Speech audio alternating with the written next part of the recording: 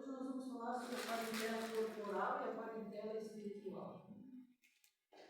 Lá nas passagens, nas narrativas de Mateus e Marcos, Marcos capítulo 13, Mateus capítulo 12, eles nos contam que em determinado momento Jesus ali, durante os seus ensinamentos, junto à multidão, houve uma aglomeração muito grande de pessoas, E aí estava chegando o momento do almoço. Jesus não conseguia sair para almoçar, com muita gente em volta, do que a família vem chamá-lo, A mãe e os irmãos, Maria e os irmãos vêm chamar ele e falam, ó, na hora do almoço vamos almoçar, E ele não vai, não segue. Aí os apóstolos ficam intrigados e perguntam, mas Jesus, a tua família está te chamando, na hora de almoçar. Daí ele faz a pergunta conhecida de todos nós, que é, quem são os meus pais, quem é a minha mãe, quem são os meus irmãos? O que nós vemos ali, Jesus se aproveita deste momento, desta situação, para trazer o ensinamento, que é exatamente este, as diferenças que são pontuadas entre as feições que nascem ali de uma família carnal e de uma família espiritual. É sobre isso que nós vamos conversar. É baseado nestas narrativas de Mateus e Marcos que Allan Kardec traz para nós ali no capítulo 14 do Evangelho sobre o Espiritismo, Amai vosso pai e vossa mãe. Lá no item 8 ele fala exatamente sobre esses dois pontos de relacionamentos nossos, que são as feições da família corporal e a família espiritual. E para a gente começar, nós vamos trazer alguns apontamentos ali, das instruções que ele nos apresenta a respeito das diferenças que existem. Então, ele já começa nos dizendo que não necessariamente são as ligações carnais que determinam as feições espirituais. Porque o corpo deriva do corpo, sim, as qualificações biológicas aí, mas o espírito não deriva do espírito. E que as feições, os carinhos, os afetos que todos nós aqui temos, se dividem em dois tipos, que são as simpáticas e as antipáticas. Tem sempre aquele que a gente gosta bastante e aquele que a gente não gosta nem tanto, E aí eles dizem que esta antipatia e esta simpatia se derivam, mais profundamente de vivências anteriores. Então, o que ele quer dizer? Quando a gente chega aqui, a gente já chega com os antipáticos e os antipáticos, os simpáticos e os antipáticos. A gente não tem aquela coisa que a gente conhece, vê uma pessoa, nunca viu na vida, mas já não bate. Não é assim? Não tem esse sentimento de aversão, Ou o contrário, alguém que a gente nunca viu, mas logo que vê que está na presença da pessoa, tem um sentimento bom, agradável, gosta da companhia. Então, o que ele nos diz nesta orientação ali do item 8 do capítulo 14? Que é porque nós tivemos vivências com este espírito, que quando a relação é simpática, ela foi boa, foi feliz, Foi uma vivência que estreitou o sentimento entre nós e que principalmente nos tornou um ser sempre atraído pelo outro, porque nós temos uma afinidade de sentimento, de pensamento, e isso dá para nós uma sensação boa quando está junto. Vocês têm alguém assim? Que bom, todo mundo tem, Sempre tem, nem que seja um, Mas tem também aqueles que não são, São os antipáticos, As relações que nos entregam uma afeição de antipatia, que também é fruto de vidas anteriores, porque não foi tão feliz quanto aqui nos dá aquela relação simpática. São aquelas vivências que a gente teve em vidas anteriores onde a gente não foi muito feliz no relacionamento. As nossas escolhas, as nossas decisões, a nossa condução naquela relação nos propicia daí uma afeição antipática, E o que isso nos diz? Que tem sempre, sim, nessas relações que a gente encontra nas andanças da vida, estes dois sentimentos, e que o Espiritismo esclarece. Não necessariamente sempre desta forma, mas é mais naturalmente que aconteça desta maneira. E que ele diz exatamente, por ser desta forma, que as relações que vêm do mundo espiritual já firmes, uma base sólida, uma base mais segura, com sentimentos mais saudáveis, elas são mais duráveis, se perpetuam na espiritualidade. enquanto que as outras, por vezes, numa relação aqui mesmo, a gente já se dissolve, não segue adiante. Né? Não quer mais ter envolvimento afetivo com essa pessoa, porque não nos atrai, não nos faz sentir bem, então a gente segue, pode acabar essa afeição aqui mesmo. Na questão 297 do Livro dos Espíritos, que trata ali da vida do Espírito, né, Allan Kardec pergunta aos Espíritos superiores se essas relações que a gente gosta muito, são essas pessoas que a gente tem um afeto muito profundo, né, segue no mundo espiritual. Ele não se interessou muito com os antipáticos, parece conosco, né? Mas os simpáticos, isso segue na vida espiritual, e aí os Espíritos superiores respondem que depende. Que se teve uma base, se ela é real, né? Se ela teve uma base bem solidificada no bem, na convivência fraterna, nas boas relações, nos bons sentimentos, sim, segue. Mas se for por interesses pessoais, né, materiais, ela não segue, ela para por aqui mesmo. Então sempre a base vai ser a convivência fraterna, né? Tem bons sentimentos. Né?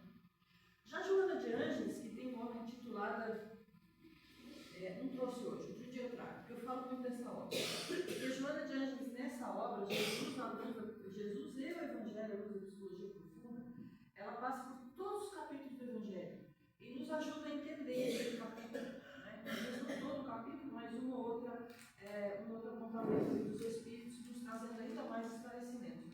E ela fala desde o capítulo 14 no que se refere ao amor filial. Ela esclarece para nós que é o amor filial, que é aquela filiação que a gente dá na família, né? Pai, mãe, filho, né? Os que vão chegando, os agregados, enfim.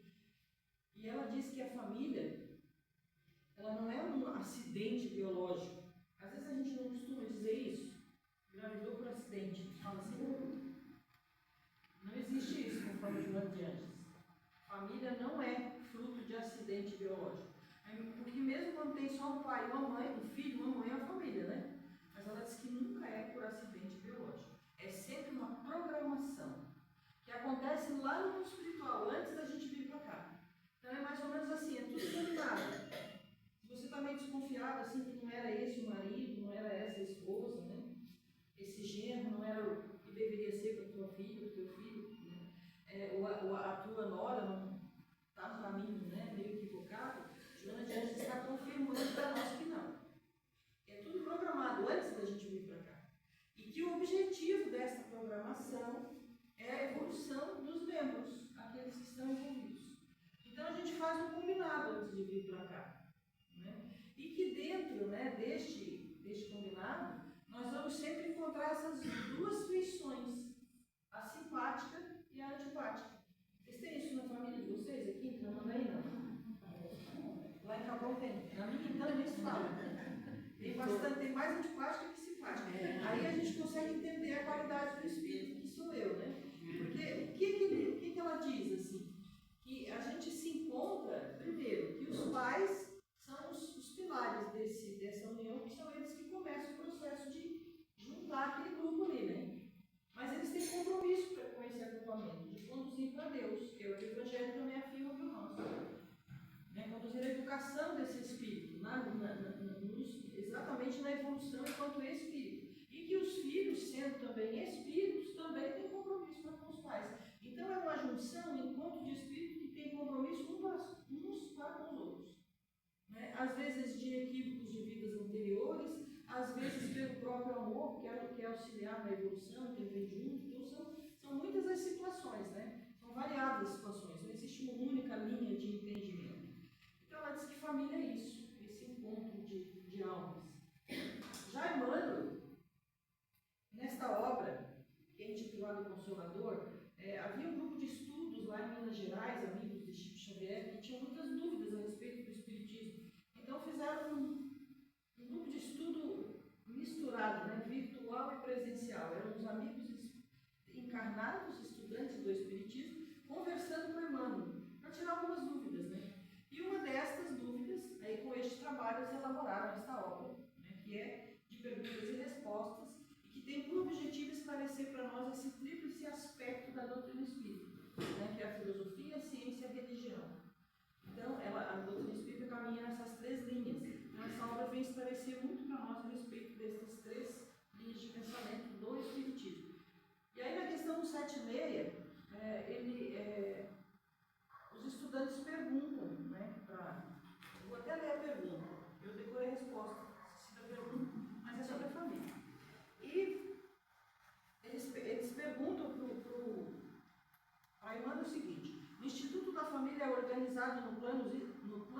espiritual antes de apresentar-se na Terra, que é o que Joana de Ângeles nos diz, né? Ele está perguntando aqui os estudantes, isso é real? Acontece mesmo? Então, antes da gente vir para cá, a gente combinou o marido, a esposa, os genros, as noras, os netos, está tudo combinado. Aí a irmã diz que sim.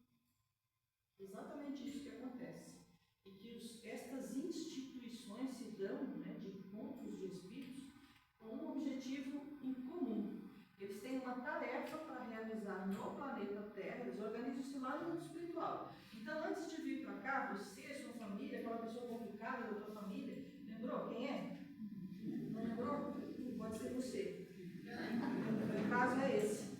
Então, assim, a gente sentou lá e organizou, está tudo, né, direitinho. Ó. Vai ser assim, em tal momento vai aparecer uma perda, depois uma separação, de repente vai haver uma grande alegria, né, uma monta de valores materiais, de repente uma perda muito querida, uma doença, né, tudo organizado. Tudo organizado. Porém, com um detalhe, né? A gente tem um dever, enquanto instituição familiar, organizado lá no mundo espiritual, que ser cumprido aqui no planeta Terra, de uma tarefa de regeneração, porém fraterna, em que um vai auxiliar o outro. Então nós viemos para cá com uma tarefa em comum, mas com esforços multiplicados. Por isso que ele diz também que Deus nunca entrega, né? Isso quem fala lá no capítulo 14 do Evangelho segundo o Espiritismo, o Benfeitor nos diz, que Deus nunca entrega para nós uma tarefa que necessite de forças maiores do que aquelas que a gente tem. Porque nós temos muitas virtudes a desenvolver ainda, mas algumas já estão desenvolvidas. E são, graças a Deus, essas virtudes aí que a gente já desenvolveu é que serão utilizadas. Com um pouquinho mais de esforço, sim, porque as propostas de Jesus, né, como um bom pedagogo que sempre são de nos fazer movimentar um esforço, não só movimentar. Tanto que ele cita a verdadeira caridade, aquela da viúva, lembra? O óbvio da viúva? Porque todo mundo estava indo lá no gasofilácio, que era um pratinho assim, né, de recipiente, de receber doações ali, e levava o que estava sobrando, né? A viúva foi e entregou tudo que tinha. Né? Não era tudo que tinha, mas ia fazer falta para ela. O que Jesus está ensinando com isso? Daí ele mostra para os apóstolos como ele se utiliza dessa questão de não conseguir alcançar com a família para trazer o ensinamento. Neste momento da viúva entregar lá o que estava aqui, ia fazer falta para ela, ele também aproveitou para trazer o ensinamento. Ele diz que a verdadeira caridade é quando você precisa se esforçar para fazer. Então, sabe aquela pessoa difícil na família? Você lembrou, não é você, né? Não. Você não precisa se esforçar para estabelecer uma boa convivência, né? Não, às vezes você não tem uma boa convivência com ela, mas ela tem com os demais componentes da família. Então você não cria ali atritos, né, confusões desnecessárias. Tipo assim, vai ter um almoço esse final de semana e ela vai. E a comida é boa. E você não, mas eu não vou. Mas você lembra da comida. E também daqueles outros que você gosta. Porque a família é essa composição, né? É nisso que está a benevolência, a misericórdia, porque Deus não é só justo. Porque o que é o justo nesta composição, nesta instituição familiar? É que nós temos uma nova oportunidade de refazer um relacionamento que não foi muito bom em vidas anteriores. Mas o que é misericordioso, o que é bondoso de Deus? É que ele põe meio a meio. Ele põe os antipáticos com os simpáticos. Isso é misericórdia. Porque aí ele coloca uma balança nas nossas forças. A gente não precisa usar de esforço de algo, de alguma virtude que a gente não tenha. E quando a gente não tem, ele manda alguém junto conosco que tenha para nos auxiliar. Então aí está a misericórdia de Deus.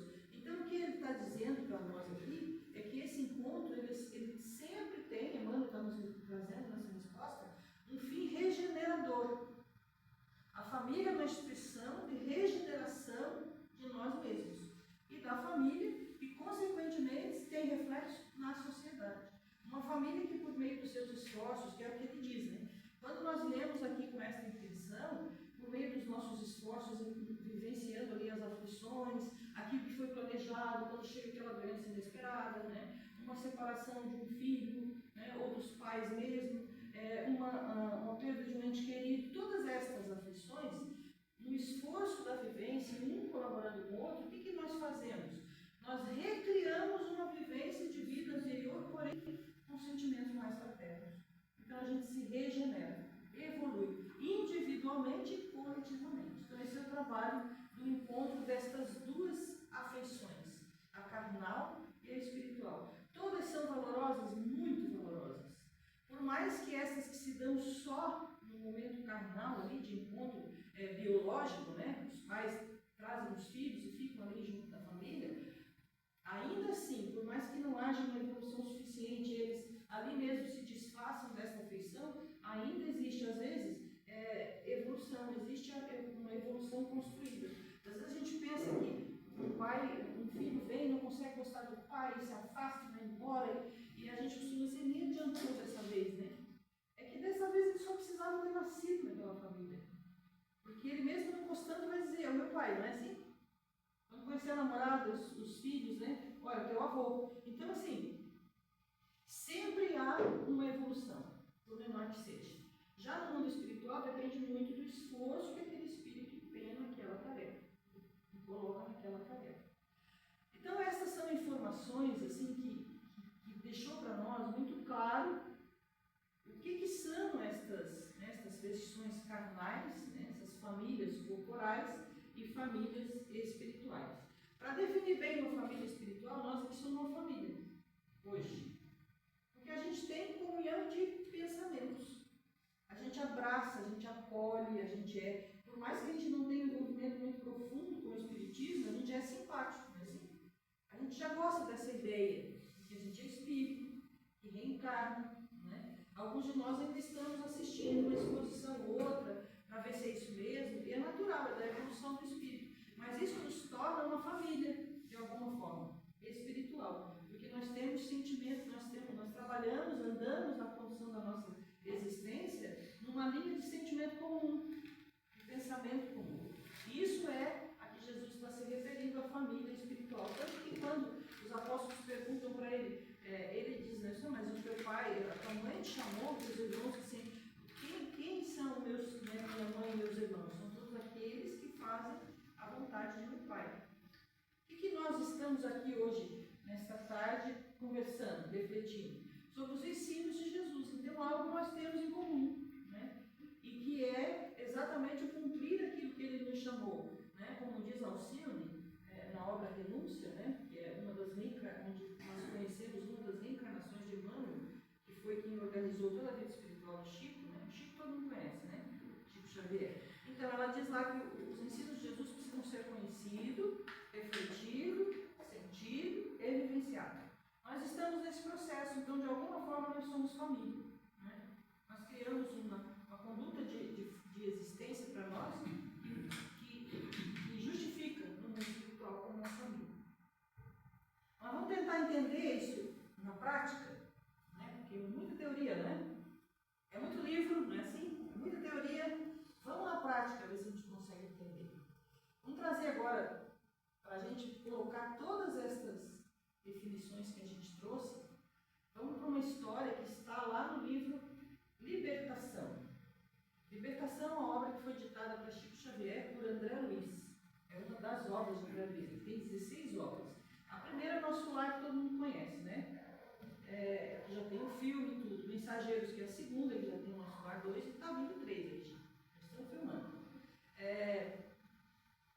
Na obra Libertação é uma obra extremamente complexa, a gente tem que ler com cuidado, estudar para conseguir entender, mas ela trata da libertação, por isso o nome Libertação, de uma jovem que está vivendo um processo obsessivo muito intenso, rodeada ali por aproximadamente 60 espíritos obsessores. Então a equipe de André Luiz ali, né, está muito envolta em trabalho de toda a ordem para auxiliar esta jovem. A gente conhece toda a história dessa jovem no decorrer da obra, do livro. Mas a história que nós vamos conhecer agora não é dessa personagem principal. É de uma família que André Luiz conhece, porque, assim como aqui, diferente porque lá é mais qualidade, né, melhor. No mundo espiritual, toda vez que a gente sai para fazer uma tarefa, a gente se prepara antes. Tem todo um treinamento, uma preparação, enfim. Então, André Luiz, estando nesse momento de se preparar para ir auxiliar esta jovem, que estava no processo de obsessão, vai até um salão onde eles receberiam um treinamento, e é lá neste salão, na cidade do nosso lar, cidade espiritual, que ele conhece essa família. Então, quando ele chega lá, a primeira coisa que ele encontra são duas irmãs em prece, que estavam aguardando a mãe, que viria de esferas superiores para auxiliar as duas irmãs. No que a mãe chega, elas começam a dialogar, e André Luiz ouve e nos conta no livro. Está bem no início da obra. Então, o que as filhas foram fazer? Nós foram fazer nesse centro de treinamento. Esperar a mãe, ela iria ali aparecer para elas, ela é uma moradora de esferas superiores, mundos superiores, para auxiliá-las na tarefa de amparar o pai, que também estava desencarnado. Como elas não estavam sendo bem-sucedidas nessa tarefa, não estavam conseguindo convencer o pai a vir para o nosso lar para começar, porque eu não sei se vocês sabem, mas quando chegar no nosso lar, a gente vai começar a trabalhar para reencarnar de novo, sabiam disso? Não estou esperando chegar. Primeiro que nós não vamos para o nosso lar, né? Nosso lar é lá no Rio de Janeiro. Nós vamos para uma morada espiritual aqui no Rio Grande do Sul. Mas parece, quando a gente vê o filme ali, que quando chegar lá vai estar tudo, acabou, né? Não, vai ser só mais um período, chama, né, cidade, que a gente vai ficar se preparando para voltar novamente. Né? Nós ainda temos muitas encarnações para viver. Então, essas duas filhas estavam ali naquela sala, naquele salão, conversando com a mãe. O que elas estavam contando para a mãe? Que a tarefa delas era ajudar o pai a vir para o nosso lar para se preparar para reencarnar novamente. Que estava muito difícil, porque apesar de muitos anos de prece, o pai não vinha, não queria vir de jeito nenhum. Por que ele não vinha? Porque ele estava sob a influência de alguns espíritos que estavam muito apegados a ele. Por que o pai das meninas estava nessa condição? Porque na vida anterior, onde eles eram uma família, essas meninas, o pai e a mãe que estavam em esferas superiores, o pai matou o sobrinho, porque o sobrinho tinha muitas posses, então mas ele era o único filho, era dono sozinho de todas as posses. O sobrinho morrendo, ele seria o herdeiro, o pai das meninas. Então ele mata o sobrinho para herdar os bens materiais. E assim aconteceu. E com isso todo mundo usufruiu dos bens que ele passou a ter, tanto a mãe como as filhas. Quando elas fazem isso, elas se tornam, por mais que não tenham envolvimento direto com o assassinato da criança, do sobrinho, elas se beneficiaram com o ato. Então elas têm comprometimento com isso. Que é o que a mãe, que vem de esferas superiores, relata para as filhas. A mãe, para estar em esferas superiores, já deve ter feito muito bem depois disso, né? Por isso que ela está lá. Então, o que ela recomenda para as filhas? Que as filhas não desistam, sigam em prece, sigam auxiliando o pai, porque ela vai para outros ambientes, onde ela vai procurar o sobrinho que foi assassinado e estas jovens que estão influenciando o pai de forma negativa. E que no momento adequado ela viria novamente chamar as filhas para se prepararem para uma futura reencarnação, onde a família seria composta da seguinte forma: ela seria a mãe, vão contando e vai me ajudar. O pai que está lá sofrendo, né, com o sentimento de culpa pelo assassinato do sobrinho, fazia com que ele atraísse para ele espíritos com o mesmo tipo de pensamento que ficassem em volta dele, influenciando ele, fazendo com que ele não conseguisse vir para junto das filhas e se preparar para a nova reencarnação. Até aí está tudo entendido? Que maravilha, gente inteligente é outra coisa, né? Pois bem, vamos lá agora, vamos montar a família. A família seria a mãe que vinha de mundos superiores, né?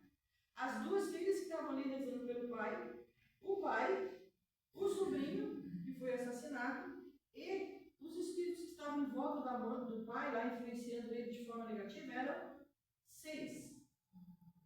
Quanto será que tem em volta de nós, né? Vamos deixar isso para depois. Pois bem, quanto deu? Opa! 11 pessoas. Tirando o pai e a mãe, 9 irmãos. Vocês conhecem famílias de antigamente que era assim? Conheço. Bastante, né? Pois é. Meu pai tinha 18. Pois então, devia ter 2 casos incluídos aí, né? É, do meu avô também 18. 9 com uma mulher e 9 com outra. Pelo menos ele não judiou das mulheres, né? Uma com 9 com uma morreu e a outra, minha avó que chegou depois, teve mais 9 filhos. Não é comum ao tempo lá, né, que quando o André Luiz escreve essa história, em 1940, era assim, não era? As famílias tinham esse monte de filhos, hoje não tem mais, né? Por isso que a gente tem que aproveitar bem a reencarnação. Senão vai ficar na fila lá e não vai conseguir vir mais. Então, assim, 9 filhos. Desses 9, vamos agora analisar um outro ponto. A gente está no final do nosso tempo. Quem que é um espírito bem evoluído aí? A mãe. Outras duas mais ou menos. As gurias. Quem que ia sofrer bastante nessa família aí? O pai. E quem mais? E o rapaz? Sobrinho. Ele foi assassinado na reencarnação anterior. E essas 6 pessoas, outros 6 irmãos, como é que ia ficar? Que afeição que eles teriam com aquele grupo ali? É a primeira vez que eles estão vindo junto. Usando dinheiro, aproveitando a vida. Cada um do seu jeito, mas de uma forma bem mais fria, né? É a primeira vez. Então, conseguem agora identificar a família de vocês? Acharam aquela pessoa complicada? Ainda não? Vocês acharam? Conseguem entender como é que se faz esse planejamento lá? Aí, relações antipáticas. Quem é que teria mais forte? Um sobrinho. Fora que, só para a gente fazer um adendo bem pequeno, para quem já leu sobre a reencarnação de Segismundo, que está em Missionários da Luz, vocês vão ver a trabalheira que é fazer com que os dois, o tio e o sobrinho, aceitem vir juntos. Porque o tio vai ficar com medo e o sobrinho mais ainda. Porque não se estabelece uma relação fraterna da noite para o dia, de uma reencarnação para outra. É preciso muitas reencarnações. Então, essa abençoada dessa mãe que estava lá no mundo superior vai trabalhar muito junto com as meninas, né? Para amenizar essa situação e fazer possível esse processo. Talvez os outros espíritos que estiveram ali envolvendo o pai em pensamentos inferiores, talvez não tenham muita resistência, porque também não sabem nem o que estão vindo fazer. Porque o que houve com essa mãe que está em esferas superiores? Um sentimento de fraternidade. Aproveitar o processo da família para colher estes espíritos que estão perdidos. E aí ela colhe, e nesse momento vão começar a se formar o que ali? Feições simpáticas. Por isso que Jesus tem uma fala muito importante para todos nós. Eu tive uma experiência esse final de semana, a nossa casa fez, não é nossa, né? De Jesus, mas é a Sociedade Espírita Allan Kardec, fez 26 anos, a gente fez a comemoração na segunda-feira. E eu vivi uma experiência com uma trabalhadora da casa que eu tinha uma relação um pouco antipática. Isso acontece aqui não? Eu estou falando pouco, vamos passar de casinha, mas não foi muito pouco. Então, assim, e eu tive a experiência muito feliz de ter um outro sentimento, de virar a chave do sentimento. E é isso que Jesus fala quando ele diz assim: quando alguém te convidar para andar uma milha, anda 2 milhas. 2 milhas é bastante tempo, tá?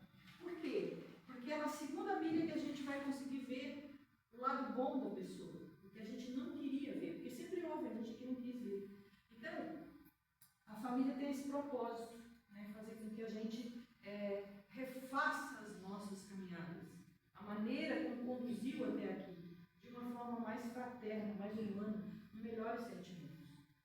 Nisso tudo, a gente compreendeu agora nessa reencarnação dessa família como é que se dá este encontro e por que às vezes numa família uma pessoa é tão reticente à outra, por que às vezes uma mãe e uma filha não se ajustam, não conseguem e às vezes nem é para isso, é isso que a gente precisa ser um pouco mais solidário também, né? Ter mais compaixão. Às vezes o motivo de estar juntos nessa reencarnação é só estar juntos. Ainda não vai dar para desenvolver um bom relacionamento, mas já vão conseguir se aproximar, porque Jesus nos transforma por meio do amor. Então essa convivência vai nos aproximando. Mas onde é que o Espiritismo pode nos ajudar com tudo isso? Primeiro ele nos esclareceu. E porque esclareceu, consola. Agora talvez a gente tenha entendido aquela pessoa complicada lá, da família. E pode ser que seja nós mesmos. Porque às vezes a gente acha que está na família errada, né? As pessoas erradas, que a gente é muito bom e todo mundo está trabalhando. Às vezes, Chico dizia para nós, só ninguém está no lugar errado, no endereço errado, nem na família errada. Ninguém cai de paraquedas quando reencarna. É tudo muito organizado. Como nos diz Joana de Ângeles, a família não é um acidente biológico, é uma programação com propósito de regeneração dos envolvidos. Então, o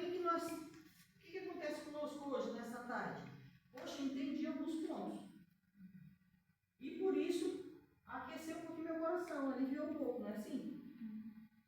Mas nós também temos no Espiritismo ferramentas.